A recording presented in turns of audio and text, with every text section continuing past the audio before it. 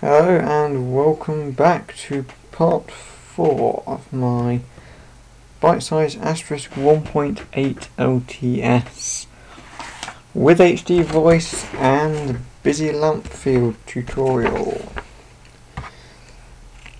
If you're joining here and you've not seen parts 1 to 3, then I would strongly suggest you go back. Otherwise, this really won't make a great deal of sense. Part 3 is all about sip.conf.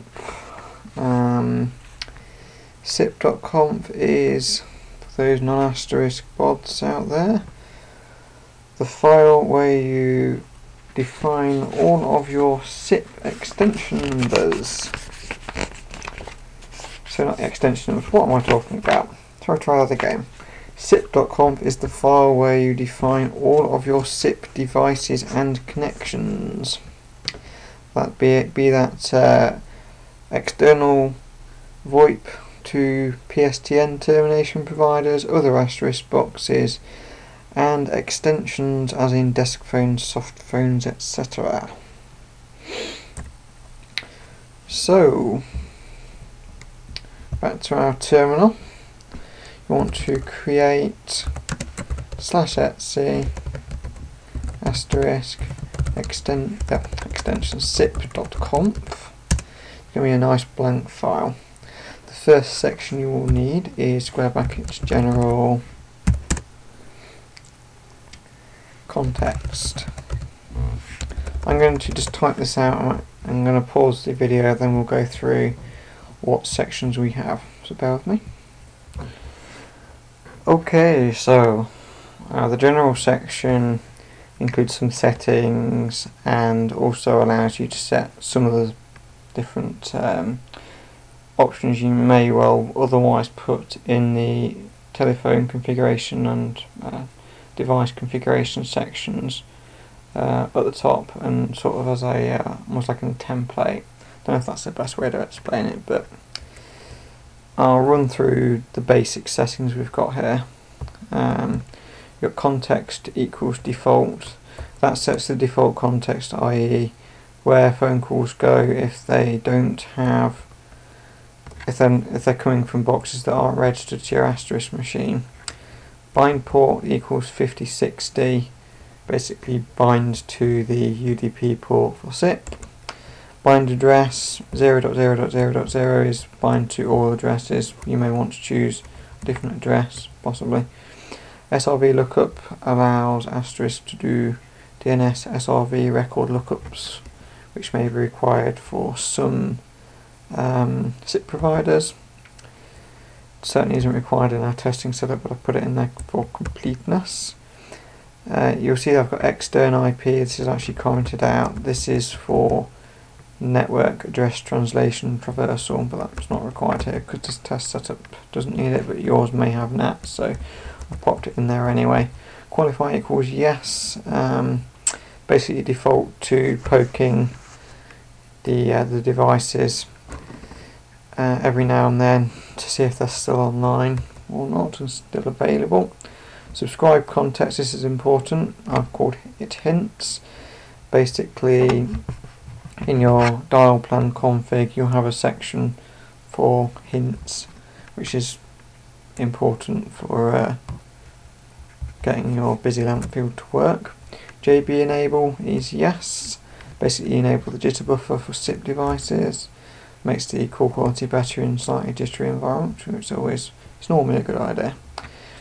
Allow subscribe equals yes. Allow telephones, extensions, etc. to subscribe to the status of other extensions. Notify ringing, exactly as it sounds. I'm not 100% sure what limit on per equals yes is doing. I think it's basically access control for your subscribes, but if someone could fill me in on that, that would be great. Notify hold, exactly what it sounds like. Direct media and NAT, they're down to network address traversal. So again, that's kind of out of the scope of this demonstration. I'm going to type out the first device name or section, or whatever you want to call it. I'm going to pause the video while I do that, it's just going to take me a second. Okay, so now we have the first extension defined. You can see at the top this is the name of the extension. Also doubles up as a username, so make sure it's something nice and unique. Mine is Mr. Manager Desk Phone. Type equals friend, because we want the device to be able to both place calls to the asterisk box and receive calls from it. Host equals dynamic. That's pretty much required for desk phones and soft phones and what have you. Secret, this is the password. Ensure that you do secret equals and that secret is nice and secure, especially if you're going to allow registration from the internet, because otherwise security disasters can happen. Caller ID, you're setting the caller ID name and the caller ID number for the phone. Context equals phones, that's the context in the dial plan, which we'll be looking at in a little bit, where the phone will essentially start off. Direct media equals no, I'll put that in there for completeness. Basically it's all down to NAT traversal and stuff that I'm not going to go into at the moment. Qualify equals 5000 is basically when you've poked it, allow it up to 5 seconds to respond to that. If it takes more than 5 seconds, asterisk will mark the peer as lagged and won't try to deliver any calls.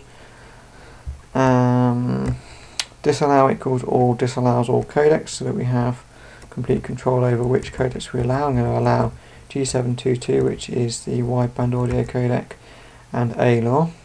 You may want to allow other codecs or disallow. You may want to allow other codecs depending on bandwidth requirements, phone specifications, etc. Mailbox is, again, it's a bit out of the scope of this, but I'll put it in there for completeness.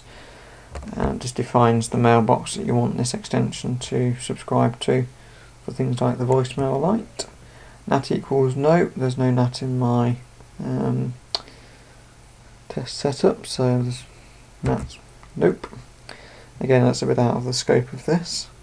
And these two lines are important if you ask me. Deny 0.0, basically denies all, denies everything, and then we just permit our local IP range. I'd strongly recommend you do that for all your phones. I'm going to duplicate this section. So we have 3 different phones, and then I'm going to get back to you. And just to note, make sure that you do use different secrets for each phone, because if you don't, then you're an idiot. It's a security disaster waiting to happen, etc, etc. And also definitely make sure you put secret equals line in there, because otherwise you'll be able to register without using a password. I once made the mistake quite a few years ago when I first started off with Asterisk. I had a extension defined with password equals blah blah blah, and unfortunately that meant you could register to that extension with any password because there was no secret line, which caused a a bit of a security disaster, shall we say. But be right back. Okay, as you can see, I've basically duplicated those sections and edited the relevant parts. So edit the name of the section, change the password, change the caller ID and the caller ID number, and adjust the mailbox. And there's today's deliberate mistake. Okay, once you've done this, save the sip.conf file, and you're ready to go to the next section. So see you on the other side.